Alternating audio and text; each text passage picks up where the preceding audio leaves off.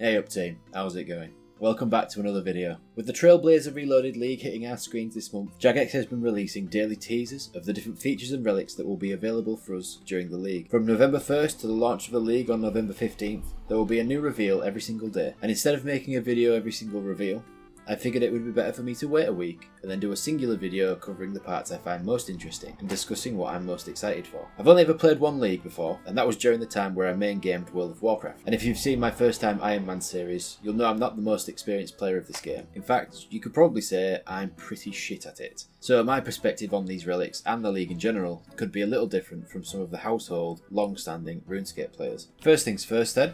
Mod Husky has released some new quality of life changes to the interface, which allows for players to view the Trailblazer task list while they're skilling. This sounds like a great addition to me. Being able to browse the tasks you want to complete while AFKing some form of skilling activity will give me a chance to plan out my route a little better without feeling like I'm wasting time. Now, I'm not a very efficient player, and this will be the first league I've played while I'm main gaming OSRS, so I don't think I'll be planning too much, but it'll be fun for me to sit and browse the different tasks that I may or may not be able to complete.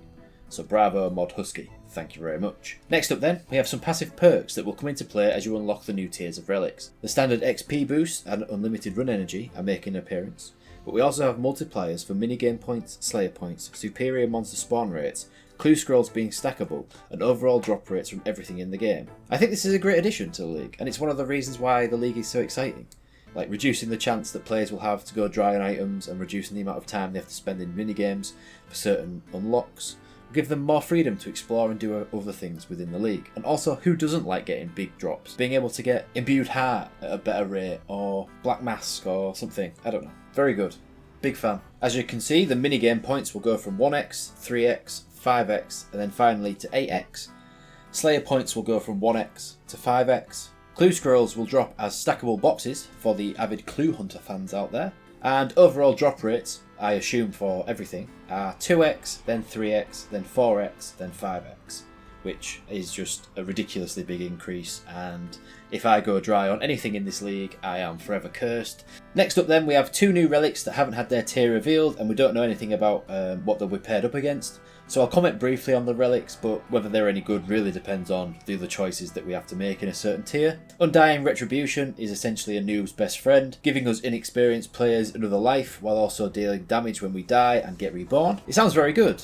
It could be used in some interesting strategies involving dying on purpose for massive AoE farming, or dying on purpose for certain boss kills, etc, etc. I'm really not a theory crafter, so people will be able to come up with better ways to use this relic than I could, but at a base level, without any theory crafting going into it, it is a nice safety blanket for inexperienced players like myself. If you're doing the fight caves for the first time, for example, or any other challenging PvM content, or even PvP. If you're a PvPer taking this relic, someone kills you and you blow up in their face and get reborn and then they die, that sounds like a good time to me, to be fair. So cool little relic, but we'll have to see what it gets paired up against in the same tier as it. Globetrotter then is the other relic that has been released, but we don't know anything about the tier it's in. It essentially gives you a singular piece of jewellery that will allow you to teleport to various locations around the world of Gielinor. Now, depending on the location that this piece of jewellery actually takes you to, it could be used in some skilling grinds, it could be used for PvM if it takes you next to some Slayer caves or anything like that. But it completely depends on the location where you actually end up when you use the piece of jewellery. I don't think I'll be taking this relic personally. I don't find getting around too much of an issue in this game, and I quite like just running around anyway, to be fair. I probably won't be choosing this, but you never know. The other ones that it comes up against could be complete dog shit. So finally then, and potentially the most exciting part of the video and of the reveal so far, yesterday Jagex released the entire first tier of relics, which included 3 relics, which are Endless Harvest, Production Prodigy and Trickster. Now, Production Prodigy gives you an invisible plus 12 boost to crafting, smithing, herblore, fletching and cooking, and gives the ability to process all items in your inventory at once. For example, you go to a furnace to smith some ore into bars, you don't have to wait for every single ore to smith, you just do it all in one. It's the same for fletching logs, you just fletch one log and your entire inventory turns into whatever you're trying to make, cleaning herbs, etc. The plus 12 boost to me seems pretty negligible. Being able to make certain items a bit sooner than you'd normally be able to isn't that exciting to me. But what is exciting is being able to save so much time processing all of the resources that you require throughout the league. It's a very tempting choice, but I think I've already got my eye set on another choice for this first tier. The next relic in the tier is Trickster, which is a new relic coming to the Trailblazer Reloaded League. Trickster will enhance thieving, firemaking, hunter and agility. It will make it so you cannot fail actions for any of the aforementioned skills. You'll be able to automatically re-pickpocket your target. Coin pouches limit has been multiplied by 3. And other loot from thieving is doubled and noted. Box traps work faster and their loot is doubled. Impling jars won't break. You can burn 9 logs at the same time, which sounds chaotic and I absolutely love that. You will be given the Sage's Greaves, which when worn, grant agility XP from running around, which is lovely for people who hate doing rooftop laps. So, you know, good for them. Very interesting relic, and I love that Jagex has tried to make some of the more tedious or quote-unquote useless skills more viable for the league. From the sounds of this relic, thieving will become basically AFK now, which is very nice. Just pickpocket one person, you auto pickpocket them, the loot becomes noted if they drop certain loot, and you've got 3 times more coin pouches than you would be able to have previously, so you could just sit there for ages and just get masses of gold or any other item, I suppose. And you can't fail, so that's another reason why this just sounds very OP. However, I don't believe that I will be choosing this relic either, because I've got my eye set on the next relic, which is Endless Harvest.